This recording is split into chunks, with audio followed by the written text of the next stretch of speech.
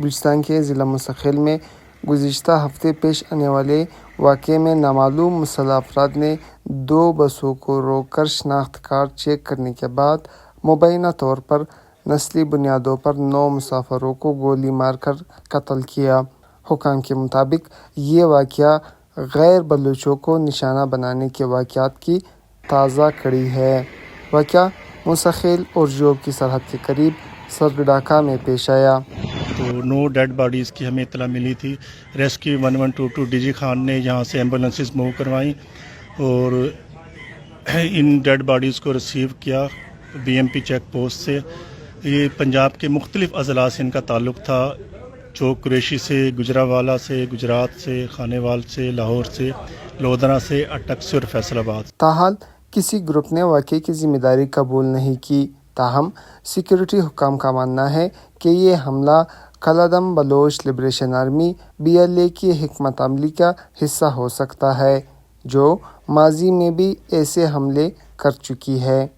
کل ہمارے والد صاحب کی ڈیتھ ہوئی ہے، آج 9 بجے جنازہ تھا، اس میں شرکت کے لیے ہماری فیملی کے 10 ممبر آ رہے تھے، جن میں سے 2 کو دہشت گردوں نے اتار لیا۔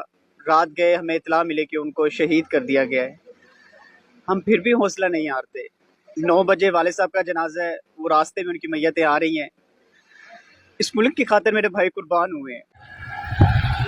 بلوچستان میں نسلی بنیادوں پر قتل و غارت کوئی نئی بات نہیں۔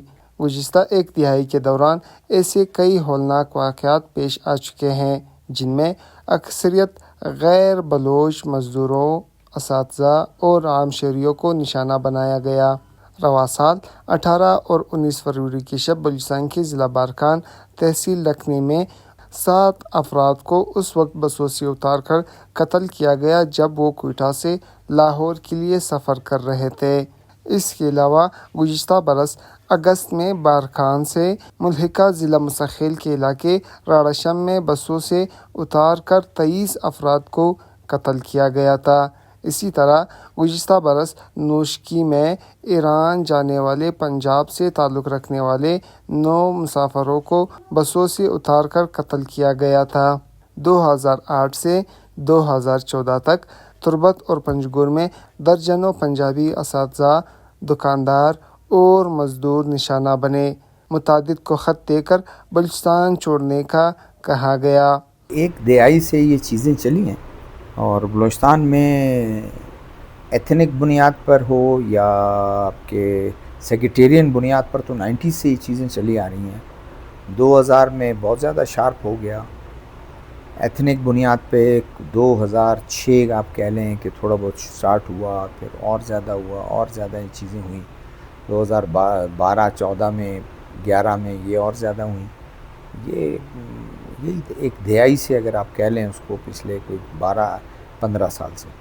ساؤتھ ایشیا ٹورزم پورٹل کے مطابق 2006 سے اب تک بلوچستان میں 200 سے زائد غیر بلوچ شہری نسلی یا فرقہ وارانہ بنیادوں پر قتل ہو چکے ہیں۔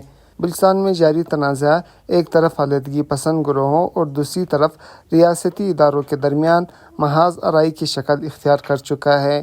حالیہ واقعے کے بعد سیکورٹی فورسز نے موسیٰ خیل، جوب اور لولائی میں سرچ آپریشن شروع کر دیا ہے، تاہم مبصرین کا کہنا ہے کہ صرف فوجی کارروائیوں سے مسئلہ حل نہیں ہوگا۔ جب تک سیاسی محرومی، وسائل کی غیر منصفانہ تقسیم اور عوامی شمولیت جیسے بنیادی مسائل حل نہیں ہوتے، تشدد کا یہ سلسلہ جاری رہنے کا خدشہ ہے۔